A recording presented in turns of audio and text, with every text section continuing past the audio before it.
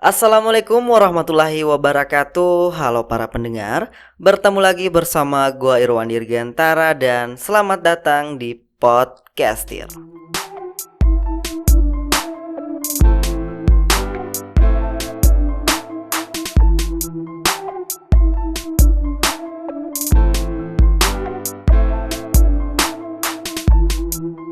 Di kesempatan kali ini, gua mau menceritakan tentang kisah istri pertama Rasulullah SAW. Tapi sebelum gue lanjut, gue mau nanya dulu kepada kalian, jika kita punya anak jejaka, tampan, jujur, terpercaya, cerdas, pandai bergaul, berperangai mulia dan masyhur kedermawanannya, terpikirkah untuk menjodohkannya dengan wanita yang telah 2 kali menjanda? Nyaris tak terbayangkan bukan? Maka kita sepakat Allah lah yang paling sayang kepada Nabi Muhammad SAW. Tapi mengapa Khadijah yang dia pilihkan untuk mendampingi pemuda mulia ini? Jawabannya karena Allah Subhanahu wa Ta'ala Maha Tahu. Mari kita ke masa depan. Bayangkan ketika wahyu turun dan sang nabi jatuh bangun, tersaruk-saruk, menyusur turun, berkeringat, pucat, gemetar, dan berkata, selimuti aku. Di depan pintu, wanita seperti apa yang sanggup menanggapi dengan tepat dan jitu keadaan seperti itu? Hanya Khadijah. Bayangkan ketika gelisah menyergap, kian gelap hari-hari yang dijalani sebagda 40 tahun reputasinya tanpa celah, lalu kini dia dituduh dusta, dikatai gila, penyair, penyihir, dan dukun. Sedangkan wahyu tak turun sekian lama. Siapakah yang mampu menguatkannya dan berkata, Allah takkan meninggalkanmu, karena kau selalu menyambung silaturahim, menyantuni yatim, menolong yang miskin. Hanya Khadijah, dan hanya Khadijah yang teliti menguji kemalaikatan Jibril yang gagah merengkuh kedua putrinya kala dikirim pulang oleh keluarga Abu Lahab, yang menopang kaumnya ketika pemboikotan mencekik, yang membenarkan ketika semua mendustakan, yang menyerahkan seluruh hartanya ketika semua orang menahan. Ia tidak pernah mengeluh dan menghitung-hitung berapa besar yang dikeluarkannya untuk perjuangan suaminya ketika wahyu telah turun. Khadijah adalah bangsawan kaya raya yang telah mengorbankan seluruh miliknya untuk perjuangan menegakkan risalah Islam yang diemban suaminya tercinta, Muhammad Rasulullah SAW. Hingga dengan pengorbanannya itu, ia pun rela hidup kelihatannya menderita secara fisik, tapi bahagia dalam jiwa.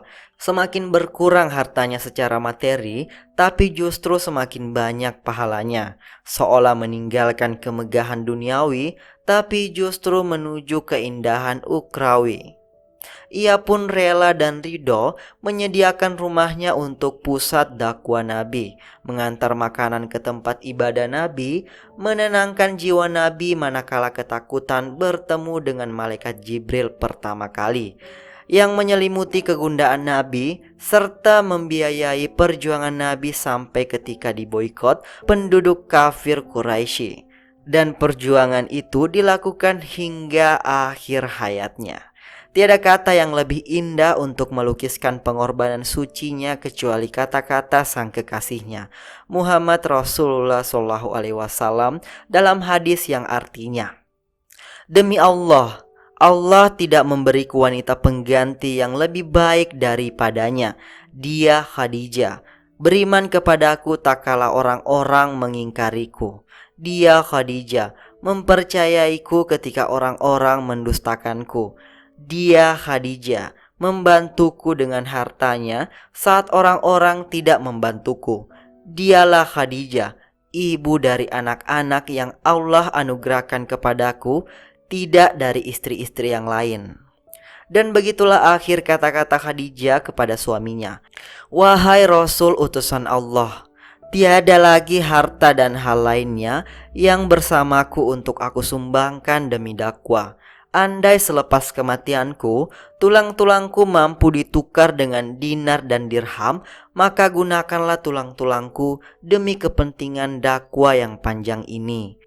Maka sangat layaklah bila Sang Khadijah Al-Kubra mendapat keistimewaan khusus yang tidak dimiliki oleh wanita-wanita lain, yaitu menerima ucapan salam dari Allah Subhanahu wa Ta'ala yang Maha Agung yang disampaikan melalui malaikat Jibril kepada Rasulullah SAW.